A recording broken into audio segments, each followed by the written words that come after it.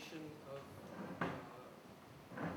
sort of the essential aspect of music. Just kind of talk with people about music and actually, hopefully have an interactive talk with people about it. And if I was teaching one of my college music classes, I would call this a music theory class. However, what I want to teach here is the mysticism of sound and how sound works, what would be known as the metaphysics of sound, how all that kind of forms into a system of thought like scales and modes and the names of all the different kinds of ways you can name notes. And, if you've never played music before but you're interested in it, I think I can help you just by talking about it. If you have an instrument but you don't know what the heck you're doing, I think this will be very helpful for you. And if you're playing but you sort of know what you're doing, but you're using your ear but not your mind, then I think I can help you with that too. And I'm just to take a quick survey, how many people don't play music at all? And of those people who raise their hands, is it somewhere in your heart to learn how to play music? Yeah? No? And then how many people sort of play but are really frustrated?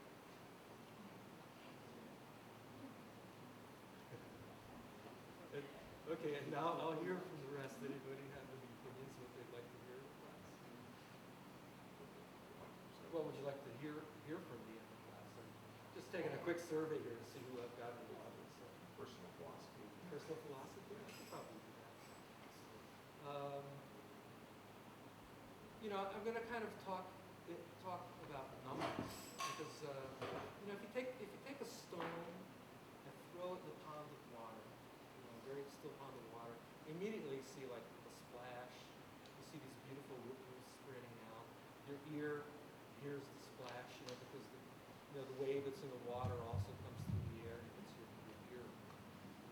What's really happening is that everything that we live in is a field of vibration.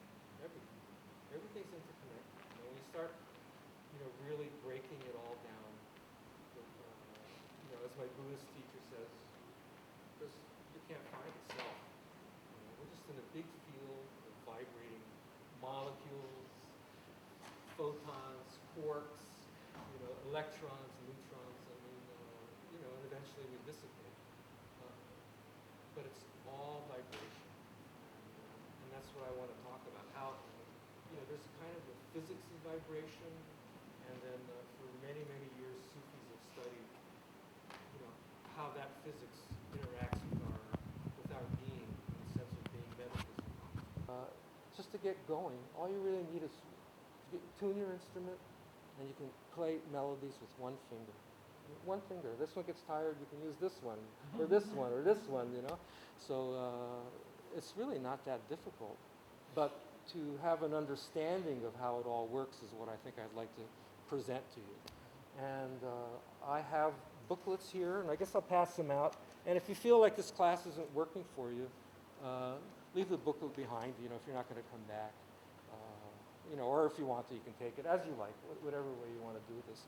I have my email address on there and my telephone number, and so I'm available to just work with people any way they need if there's anything here. Everything I'll talk about in this class today and for the next 4 days is in this booklet.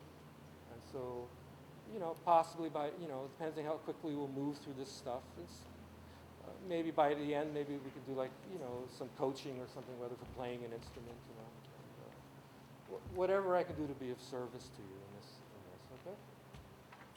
Does that sound okay with everybody? So, and I really want to have. Need more? Anybody else need more? That's all I got left.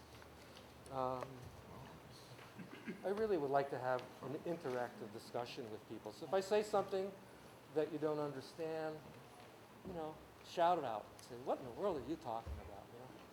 And we don't even realize that the basic physics of vibration is so much a part of our being. We hear all these different sounds. So as I began to show you all this, our mathematical system, is based on vibration of sound.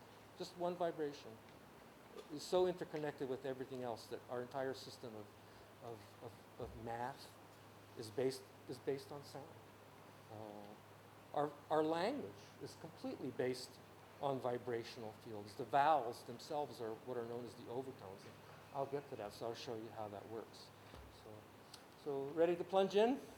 Okay. So if I take a guitar string, any kind of a string, I could take a reed or, a piano string, whatever.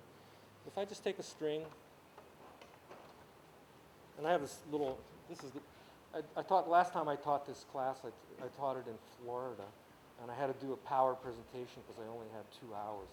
And I ripped through this material pretty quick, so I know I probably lost a couple of people because I went so fast through it. But I had this big, huge board, and so I could write something, I could leave it up there and move on to something else. So I'll do the best I can with what I got here. But let's say you have a string, okay?